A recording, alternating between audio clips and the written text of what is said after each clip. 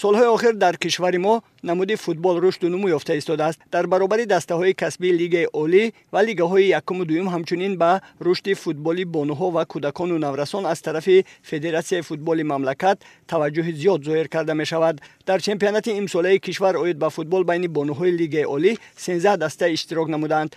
مرحله اولی چمپیونات مذکور در 4 منطقه کشور در سطح بلند تشکیلی جریان گرفت و 4 دسته تیم‌های زیبونیسوی شهر دوشنبه، پنشیر ناحیه جلال‌الدین بلخی، سوخت ولایت سوخت و بونجکت شهرستان در مرحله اول مهارت بلند نشان داده به دور نهایی راه یافتند.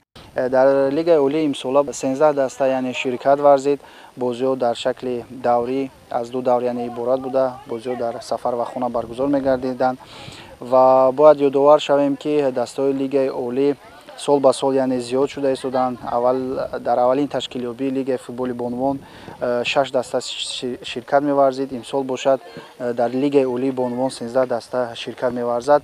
این گواهی آن را می‌دهد که فوتبال بانوان در کشور رشد کرده ایستاده است و ما توانسته ایستادیم سال به سال مسابقه رو یعنی زیاد نماییم بین دختران و بانوان و اینچنین فستیوال ها نیز بین دختران از 6 تا 12 ساله که ما همه ساله برگزار می نماییم.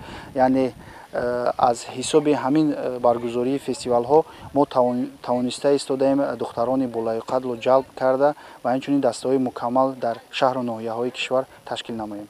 دور نهایی چمپیونات مذکور در ورزشگاه آسایشگاه شاهین شهر گلستان ولایت سوخت برگزار شده جالب و تیز و تند جریان گرفت.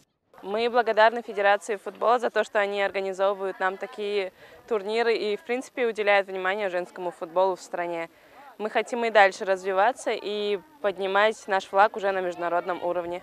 دسته‌های سوخت ولایت سوخت و بونجکت شهرستان بعد واخوری‌های قبلی امکانیت پیدا نمودند که برای دریافت مقام سوم بین هم سبقت کنند. در این دیدار تیم بونجکت دسته سوخت را شکست داده مقام سوم را به دست آورد. برای دریافت عنوان چمپیون امساله کشور بین بانوهای لیگ عالی دسته‌های زیبونیسوی شهر دوشنبه و پنشیر ناحیه جلال‌الدین بلخی روی میدان سبقت آمدند. در دیدار نهایی واخوری این دسته ها جالب و تیز و تند جریان گرفته با پیروزی فوتبال بازان دسته زیبونیسوی شهر دوشنبه به انجام رسید و آنها صاحب جام مسابقه و چمپیون تاجیکستان بین دسته های لیگ عالی بانوهای کشور گردیدند. با غالبان و جایزه‌داران این چهاربینی ورزشی مدال و افتخارنامه، جام و جایزه های فدراسیون فوتبال تاجیکستان در فضای تنتنوی سپرده شدند.